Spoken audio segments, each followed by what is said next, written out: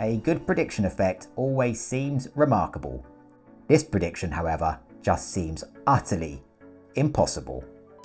This is CoachTrick.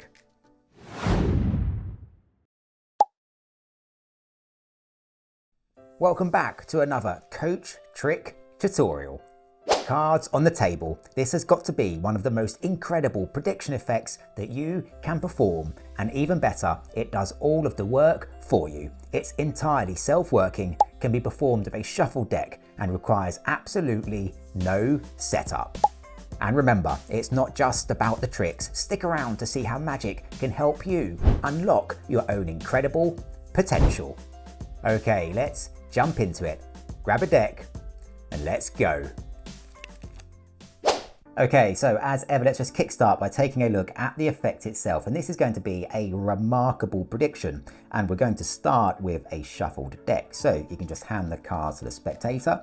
They can shuffle those as much as they like. The cards really are mixed, and that's what adds to the impact. However, we want to mix things up even more, and in a way that is totally hidden. So you're going to turn away so that you can't see anything that's going on. You're now going to ask the spectator to take the deck and to turn it face up so that they can see the bottom card.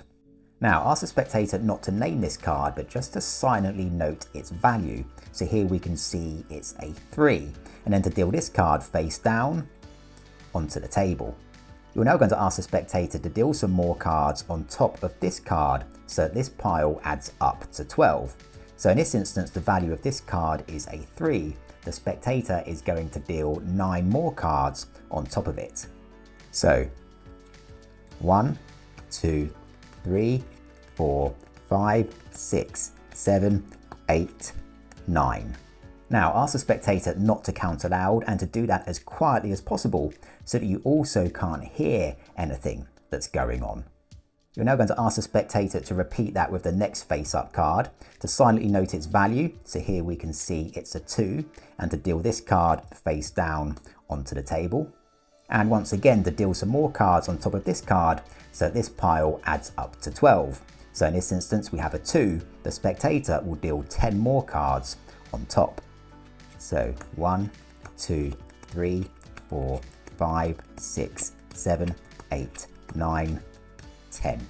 And with yourself continuing to look away, you're going to ask the spectator to repeat this dealing for the rest of the cards in the deck.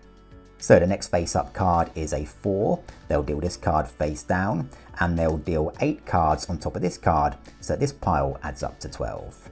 1, 2, 3, 4, 5, 6, 7, 8. The next card is a 9. They'll deal this face down and then deal 3 cards on top of this again, so this pile adds up to 12. 1, 2, 3. The next card is a 5, again dealing this card face down and then dealing 7 cards on top of the 5. 1, 2, 3, 4, 5, 6, 7.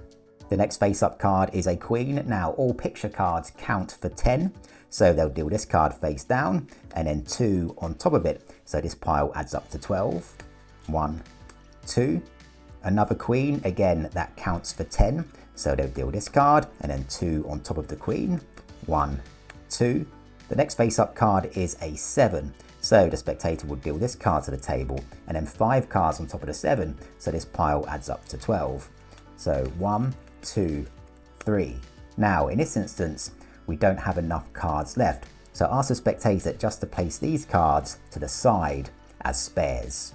With the dealing now complete, you can turn back around and you can quickly just neaten up the piles. You can also remind the spectator that the dealing of the cards was totally hidden. You couldn't see or hear anything. However, you're now going to note down a prediction. So you're just going to take a pen and a piece of card or paper, and on the card or paper you're just going to note down a number. This is a number that just clearly comes to mind, just like so. And once you've noted that down, make sure the spectator can't see it. You're just going to fold your prediction up like so and place it down in the middle of the table.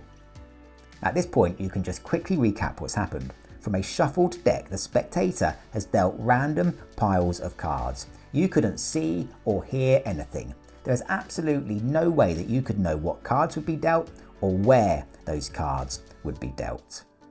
However, you're now going to ask the spectator to create a single number by totaling up the value of the cards at the bottom of each pile. So the spectator will turn over each pile, noting the value of the card. So here we can see we have a 3. They'll turn over the next pile. Here we have a 2, so they'll add these together. That's 5, and they'll continue this adding for the rest of the piles. So here we have a 4. That's 5 plus 4 is 9. 9 plus 9 is 18. 18 plus 5 is 23. 23 plus 10 is 33. And 33 plus the 10 here comes to a total of 43. Asking everybody to remember that number 43, you can remind them that these are randomly dealt cards from a shuffled deck. All that's left to do now is to take your prediction, open it up and reveal that the number that you've written down just happens to be an exact match. The number 43.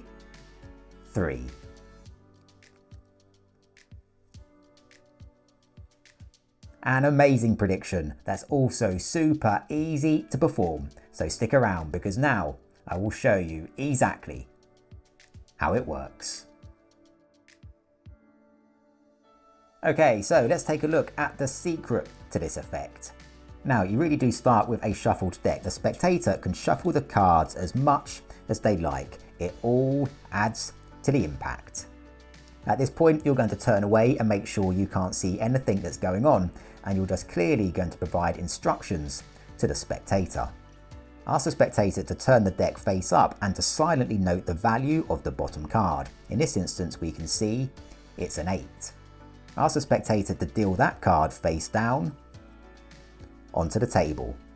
You're now going to ask them to deal a number of more cards from the face of the deck face down onto this card so that this pile adds up to 12. So in this instance, this card is an 8. The spectator will deal 4 more cards on top of this card. 8 plus 4 equals 12. So 1, 2, 3, 4. The next card we can see is a 6. Once again, the spectator will deal this card face down onto the table. And once again, they'll deal some more cards on top of this card, so this pile adds up to 12. So in this instance, this is a 6. They'll deal 6 more cards on top. 6 plus 6 equals 12. 1, 2, 3, 4, 5, 6. And they'll now just simply continue this dealing for the rest of the cards in the deck. Now, all aces count for 1 and all picture cards count for 10. Now, as they get to the end of the deck, they might find that they don't have enough cards remaining in order to total the final pile to 12. In this case, just ask the spectator to place these cards separately to the side as spares. At this point, you can now turn back around towards the cards, and now you're going to calculate your prediction number. And here's how that works. You're simply going to count the number of piles on the table. So here we have 1, 2, 3, 4, 5, 6, 7, 8 piles. You're now going to subtract 4 from that number. So 8 minus 4 is 4.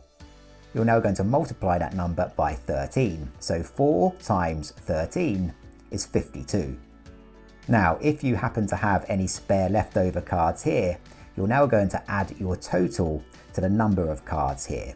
So here there are 5 cards. So in this instance, it will be 52 plus the 5, that equals 57. Take a piece of card or paper, simply note that number down. You can fold it up and then just place it down onto the table. Just ask the spectator now to turn each pile face up and to total the value of the bottom cards. So in this case, that's 8, 14, 15, 25, 35, 44, 51, 57. And all that's left to do now is blow them away. Take your prediction, open it up, and reveal an exact match. The number 57. And there you have it. Remember, magic isn't just about the illusions you create, it's about believing in your abilities. The skills you develop in magic can help you conquer obstacles in everyday life, building confidence and resilience along the way. So keep practicing and keep on growing. Thanks for joining me today. Until next time, take care.